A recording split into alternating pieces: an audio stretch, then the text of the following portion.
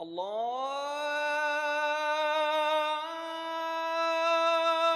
Akbar, Allahu Akbar, Allahu Akbar, Allahu Akbar. It is well known that the most famous Islamic monument of the world, the Taj Mahal, is in India. What is not equally well known is that the second oldest mosque in the world is also in India, in Kerala. In fact, India has a vast and rich architectural heritage of Islam, from Kerala in the south till Kashmir in the north, from Tripura in the east till Gujarat in the west. With the advent of Islam, Arab traders became the carriers of the new faith. Behind me here, you see the first mosque which was made in India. It was made in Kodungallur by Raja Cheruman Perumal.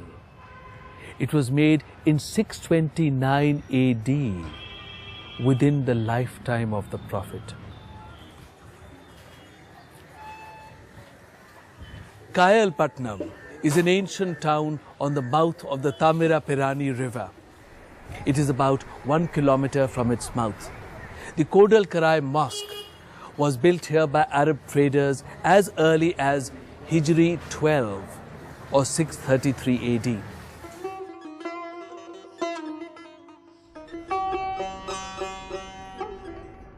Quwwatul Islam was the first mosque built by Muslims soon after the conquest of Delhi. This mosque was built in 1193, and here every inch of the Maksura is beautifully carved. There are number of Quranic verses also very beautifully written on this one, as if it has been written on wax. Some of the medieval writers have used this word, that it is so beautifully done that it appears that it has been done on wax. On stones it was not possible. The most impressive monument in the Qutub complex is the Qutub Minar itself. It was made in the early 13th century by Qutubuddin Aibak, Sultan of Delhi. It is one of the world's tallest minarets and is 72.5 meters high.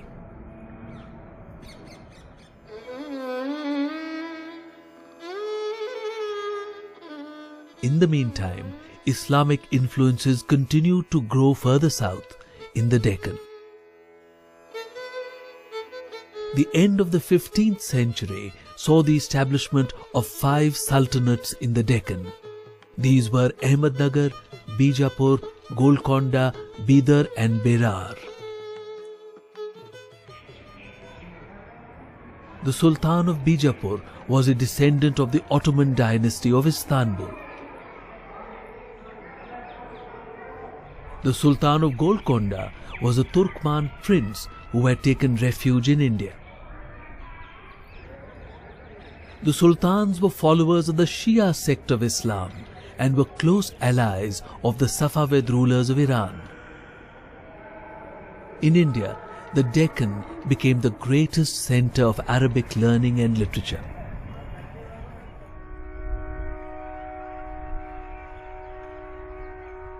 The Gol Gumbaz in Bijapur is the tomb of Sultan Muhammad Adil Shah, the successor of Sultan Ibrahim Adil Shah II. Muhammad ruled in Bijapur from 1627 to 1657 AD. This is the largest dome ever to be built in the Islamic world. It measures 37.92 meters on the inside. We have, in fact, one very remarkable example of an architectural transplant from Central Asia. This is the great madrasa of Mahmud Gawan from the 1480s in Bidar.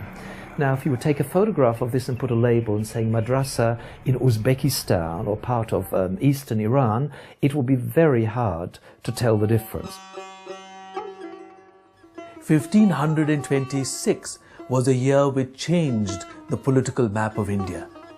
It was the year of the advent of Babur, who founded the great Mughal dynasty.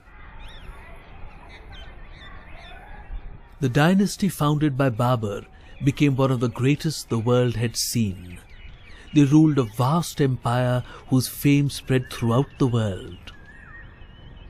Humayun's tomb, which might be considered the first great imperial masterpiece of the new dynasty, sponsored by the 20-year-old Akbar in memory of his father, is very much related to the previous architecture of Delhi.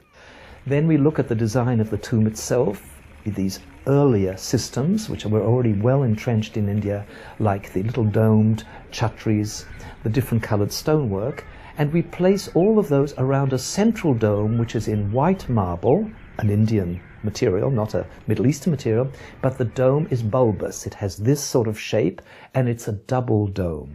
And it's something which was brought into India from the Timurid tradition of Uzbekistan.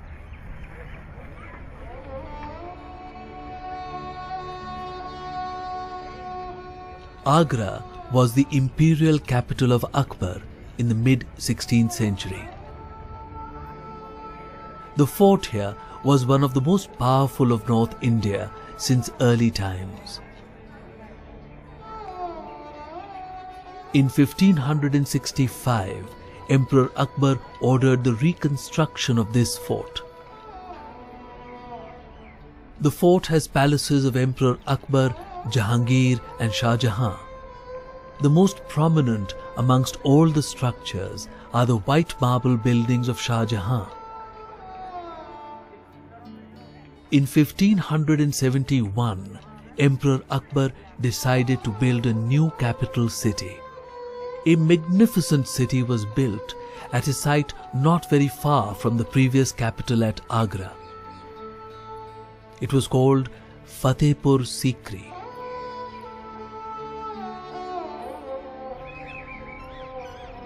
Fatehpur Sikri is one of the best ordered and symmetrically laid out cities of the entire medieval world.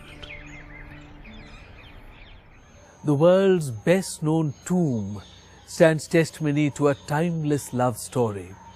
The Taj Mahal was built in 1648 by the Mughal Emperor Shah Jahan in memory of his beloved wife Arjumand Banu Begum, known to the world as Mumtaz Mahal.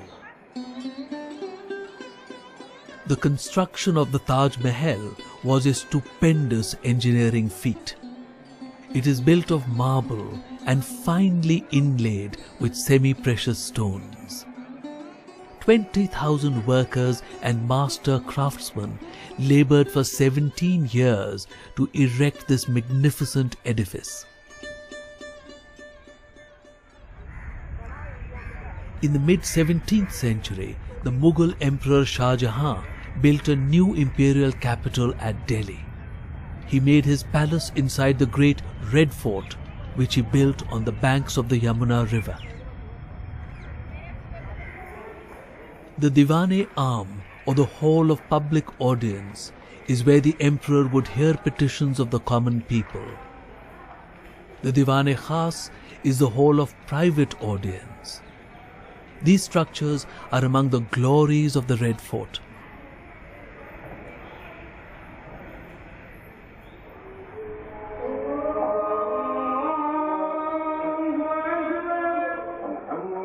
India has a vast living heritage of Islamic architecture.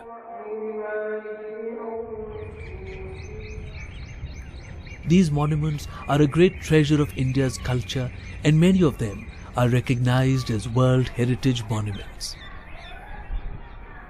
We see in these the confluence of local talent with inspirations from Iran, Arabia and Central Asia. These mosques, tombs, madrasas, palaces and fortresses are a beautiful and unique treasure of the heritage of Islamic architecture.